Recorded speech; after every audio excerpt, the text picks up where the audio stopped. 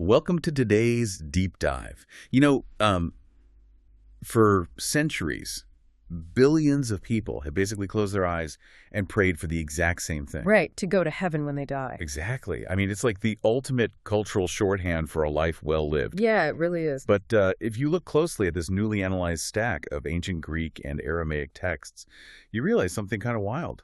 Almost everyone is praying for a destination that they aren't actually invited to. Which creates a really fascinating cognitive dissonance, doesn't it? Oh, totally. Because we have built entire cultural, artistic, and theological frameworks around this one destination, and we are completely ignoring the linguistic breadcrumbs left in the original source material. Breadcrumbs that point to a radically different endgame. Exactly. A completely different endgame. And I guess that brings us to the core mission of today's deep dive.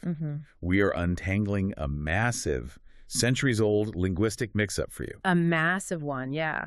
Because in pop culture, and honestly even in mainstream theology, people use the terms heaven and the kingdom of heaven interchangeably.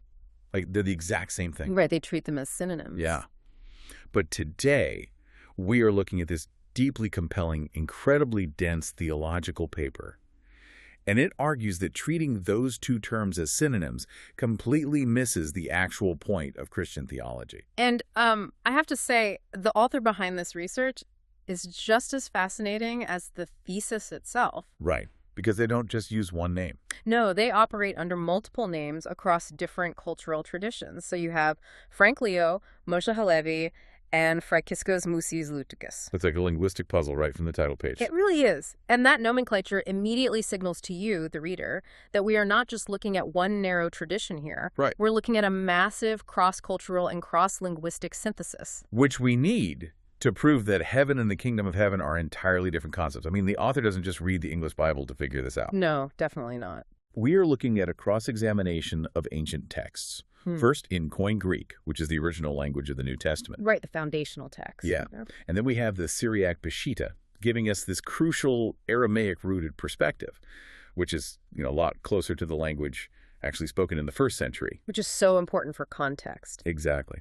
And we also have Ge'ez, the ancient liturgical language of the Ethiopic tradition. And if that wasn't enough, the author even introduces a fascinating linguistic control group. Oh my gosh, yes. The constructed language. Yes, it's an obscure 16th century constructed language called Bolebelan, which was created by the Sufi mystic Muhi Muhammad Gusheni. I found this detail so wild. Gusheni creates this language in the 1500s. Right. And it borrows vocabulary from Arabic and Persian, but it applies this completely rigid, artificial grammar, verb, subject, object, word order, really specific prefixes. It's essentially the 16th century theological equivalent of Esperanto. Yeah, exactly. And using a constructed language is just a brilliant methodological choice by the author. Why is that? Because it's so rigid. Yes. Because Bolebelan's grammar was artificially engineered rather than organically evolved, so it doesn't have the messy ambiguities of natural language. Ah, okay. That makes sense. By looking at how ancient theological concepts were meticulously translated into this highly structured system, we can prove that the nuances in the original Greek and Syriac weren't just accidental phrasing. Like they didn't just use a weird word by mistake. Exactly. They were deliberate mathematical representations of spiritual realities. Okay, let's unpack this. Because to actually understand the difference between heaven and the kingdom of heaven, we first have to strip away all of our modern assumptions about the word kingdom. We really do. When you hear that word today, you automatically think of geography. Like you think of a map with a heavy black line drawn around it. Right. We project our modern political borders onto ancient abstract concepts. We think of the United Kingdom or, even the Magic Kingdom. Right, Disney. Yeah. It implies a physical boundary. You show your passport, you cross a line, and you are suddenly inside the kingdom. But the paper argues that this geographical assumption is just a fundamental mistranslation. It completely misses the point, yeah. So let's look at the foundational text the paper uses. Yeah. Matthew 4.17. In English, it usually reads, "Repent, for the kingdom of heaven is at hand," which to our modern ears sounds like a place is physically moving closer to us. But the original Koine Greek shatters that geographical assumption entirely. The phrase used is basileia ton uranun. Okay. Basileia. Right. The core word there, basileia, does not refer to a territory or a location. It translates to rule, sovereignty, or kingship. So it's not a place on a map. No, it is an abstract noun denoting power and action. It's an action. It's the active exercise of authority. Exactly. And the Syriac Peshitta corroborates this entirely. The Syriac phrase is Malkutha Dashmaya. Malkutha. Yeah, that word Malkutha stems from the ancient root MLK, which literally translates to the verb to rule or to reign. Wow. So the ancient authors were not describing a piece of real estate. They were describing a condition. If I can try an analogy here just to make this concrete for you listening.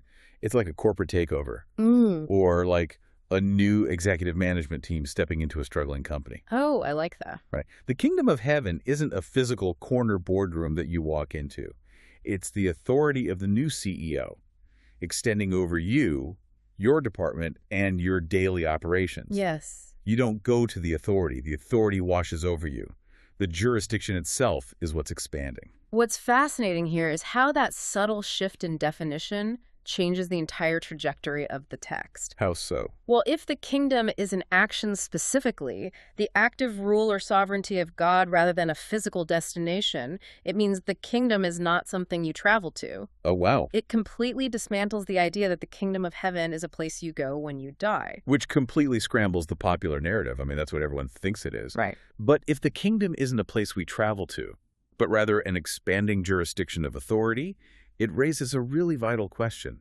Where exactly is that jurisdiction expanding to? And the paper answers that by examining the literal trajectory outlined in the verbs of these ancient texts. Let's look at the Lord's Prayer, found in Matthew 6.10. Okay. Thy kingdom come on earth.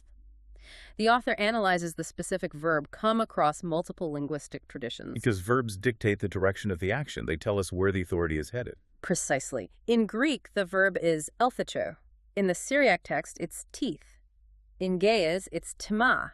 And what do those words have in common? Across all three of these distinct linguistic traditions, the morphology of these verbs definitively demands a downward motion.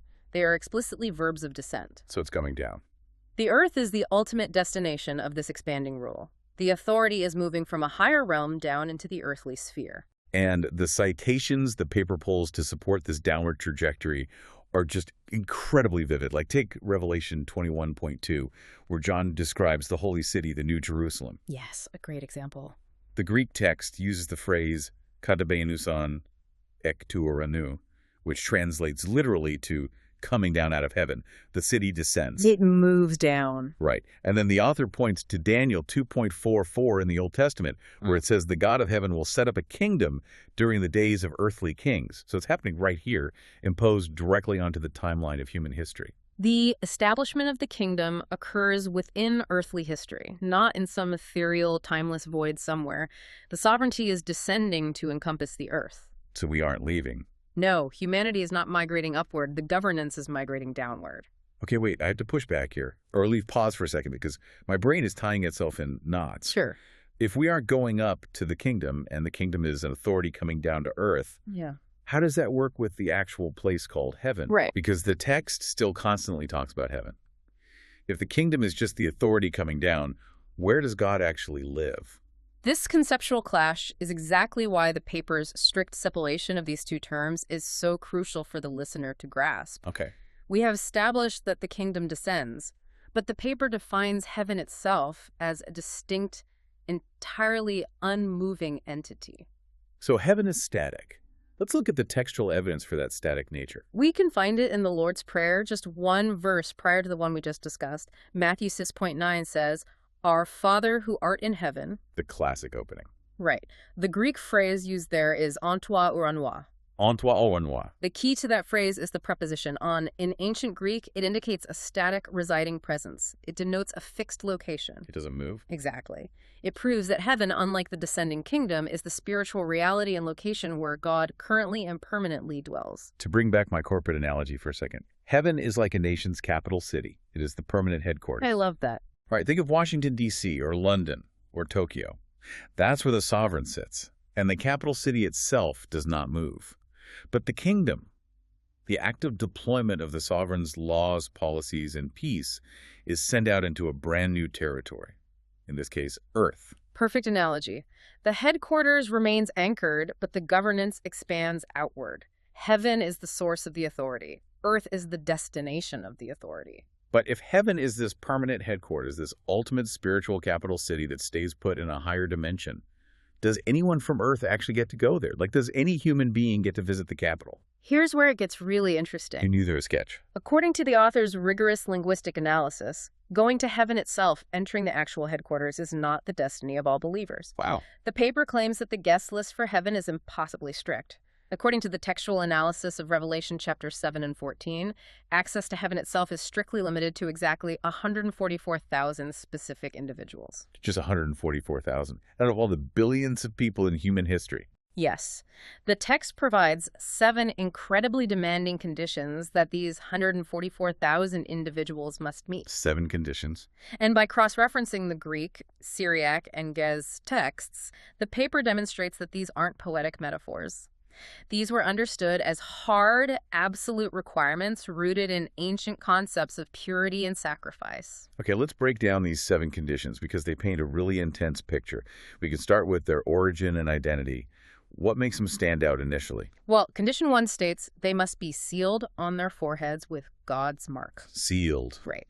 The Greek word esphragismenoi is used here. In the ancient world, a seal wasn't just a logo. It was a legally binding mark of absolute ownership and protection.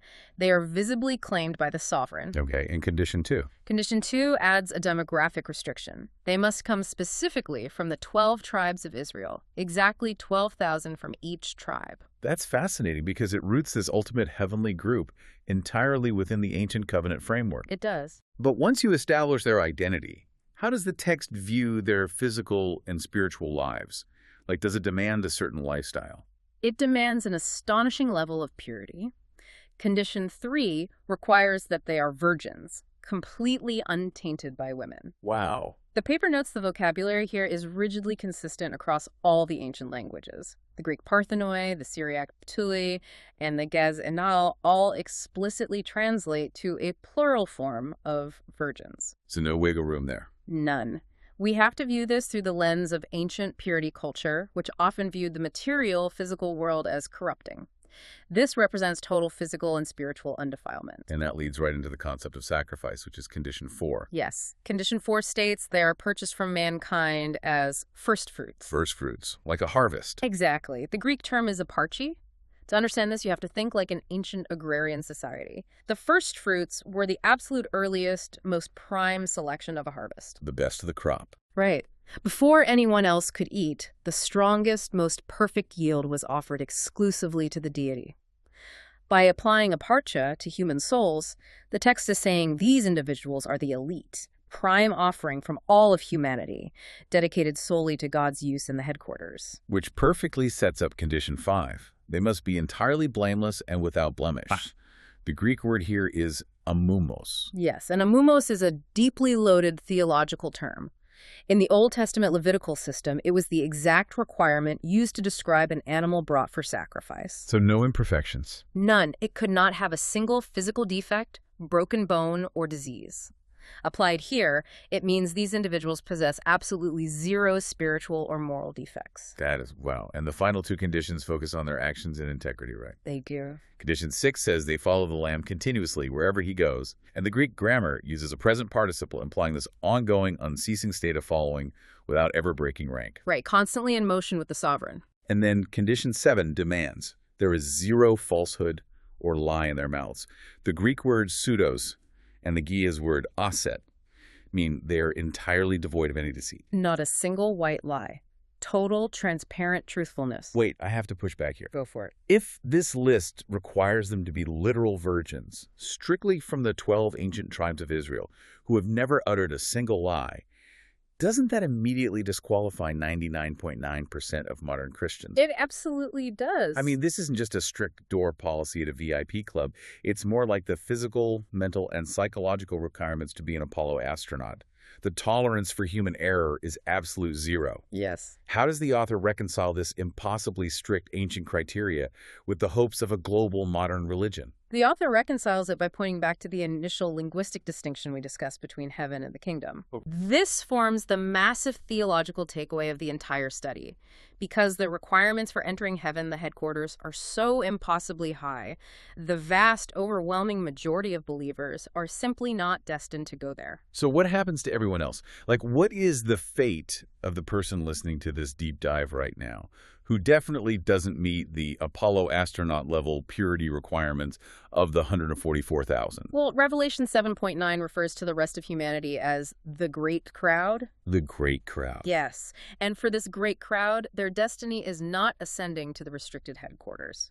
Remember our earlier conclusion. God's kingdom, his sovereign rule, is actively descending to earth. Oh, I see where this is going. Therefore, the ultimate promised destiny for the majority is to live on a renewed, physically restored earth directly under that descending rule. Which is exactly what the final chapters of Revelation describe. A new earth where the divine presence comes down to dwell with humanity. The great crowd experiences the kingdom exactly where they are. The authority of the headquarters finally envelops the earthly sphere. This radically shifts the pop culture image of the afterlife that we are also used to. It really does. We've been fed this image of escaping our physical bodies, floating up to a distant dimension, sitting on fluffy clouds, and playing harps for eternity. We view the physical world as something to be thrown away. And that ethereal escapist view actually borrows more from Greek philosophy than from the linguistic roots of these ancient texts. Really? Yeah. The rigorous cross-referencing of Greek, Syriac, Ge'ez, and Balabalan points to something entirely different. It points to a restored physical existence. The earth isn't abandoned, it's reclaimed. That is a huge difference. It is the profound difference between an escape plan and a restoration project. So what does this all mean? When we strip away centuries of merged definitions and geographic assumptions, what are we actually left with? If we connect this to the bigger picture, it fundamentally reorients the entire direction of theological hope. How so? By proving linguistically that Basilia, the kingdom, and Urano's heaven are not synonyms, the author demonstrates that the ultimate divine purpose has always been earthbound. Heaven remains the sacred, unmoving command center. But the kingdom is the active descending force of restoration. So the physical world actually matters. It means the physical, material world matters deeply in this theological framework. It is not a waiting room. It is the final destination. And that is a thought that really changes how you view your daily life. If the ultimate goal outlined in these ancient texts isn't about escaping this earth, but rather about a perfect rule descending to restore it, it makes you wonder. Do our modern efforts to protect the physical environment or to build just and equitable societies actually serve as the early, practical building blocks of that descending kingdom? That is the big question. Or are we just keeping the seat warm until the new management arrives? Something for you to mull over.